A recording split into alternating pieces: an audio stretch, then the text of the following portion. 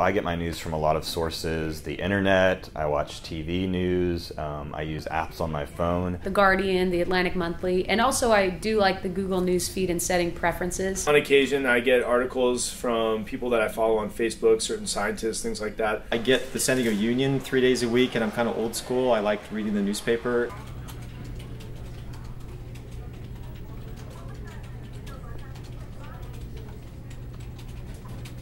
I've worked online almost solely since 2004. The biggest change has been moving us from a print-focused news cycle, where news was delivered for a print audience, doing it starting about 5 o'clock in the afternoon, but not arriving until our doorstep at 6 a.m., to one where the deadline is now, and the report is delivered right now. The immediacy has been a great game changer, in that when now news happens, we report it immediately. We don't wait for a 5 o'clock deadline. The deadline is now, right now. People's appetite for news is greater than it's ever been. It's also undercut the traditional business models, so companies have been forced to find new ways to provide revenue in a way that's going to continue to pay for the newsroom, a very expensive enterprise.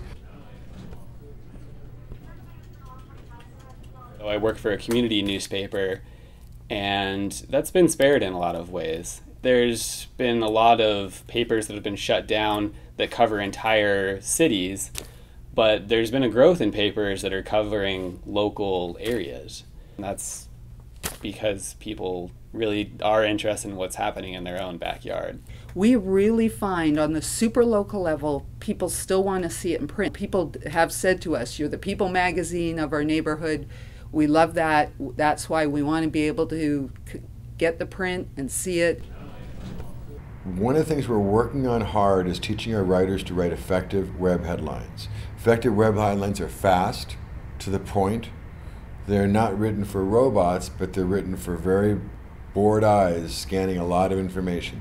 You have to grab them immediately with the keywords of what the story's about. You can't be vague. Puns don't work. This is a tool called Chartbeat. We use it to track the traffic on our site moment to moment. I can drill into this and see what stories people are looking at.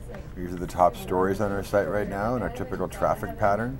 What this allows us to do, it gives you a bellwether of what people's interests are. The bottom line is you need to tell readers exactly what they'll get if they click here, tell them what the promise is going to be. It shouldn't be there's no print, just like obviously there'll never be that there's no online and social media. It's learning what is the strengths of each and making them work together, and that's where I think it'll all sort of come out in the end. I'm optimistic about the business. I think that society has needed scribes as long as there's been kings, as long as there's been crops. It's not going to go away. We've lost a lot of jobs in the industry, and that's been quite alarming, but at the same time a lot of new organizations, new practices are blooming. So the change is going to continue, and I think it's going to be a positive one over time. Right now we're in the middle of the river. It's hard to see where the other side will be.